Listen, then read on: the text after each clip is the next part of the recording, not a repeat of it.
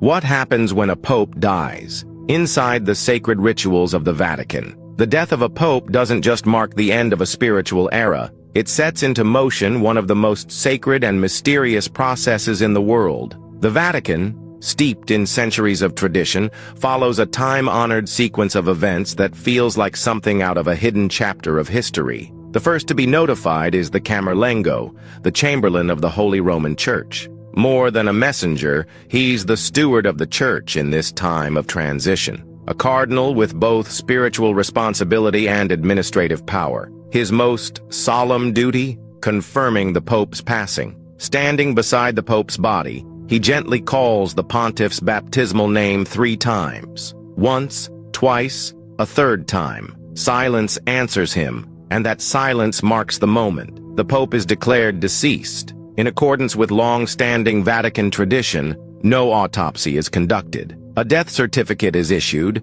and the Camerlengo proceeds to seal the papal apartments. Once a protection against looting, now a safeguard for the Pope's final instructions and personal documents. Then comes a deeply symbolic act, the removal and ceremonial destruction of the Pope's signet, the Ring of the Fisherman. This ring, a mark of papal authority, is gently cut with shears in the presence of other cardinals. The gesture signifies the end of the Pope's earthly mission and prevents any misuse of his seal. Now the world must be informed. There's a clear order. First, the Cardinal Vicar of Rome, then the Dean of the College of Cardinals, who notifies the rest of the cardinals. The Holy See's ambassadors around the globe are contacted, followed by world leaders. Today, news spreads instantly, but the protocol remains out of deep respect. The Pope's funeral must take place between the 4th and 6th day after his death. However, the mourning and commemoration last for 9 days,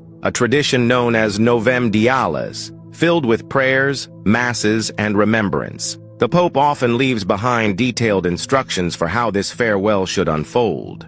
Then, the focus turns to the future. 15 days after the Pope's death, the College of Cardinals begins the ancient process known as the conclave, the election of a new spiritual leader. The word itself means with a key, and that's exactly what happens. The cardinals are sequestered inside the Sistine Chapel, completely cut off from the outside world. No phones, no news, no distractions, just solemn prayer, tradition, and the weight of history. All cardinals under the age of 80 are eligible to vote. In a lesser-known detail, even cardinals under ecclesiastical penalties may still participate. The conclave begins with Mass. Then the cardinals take an oath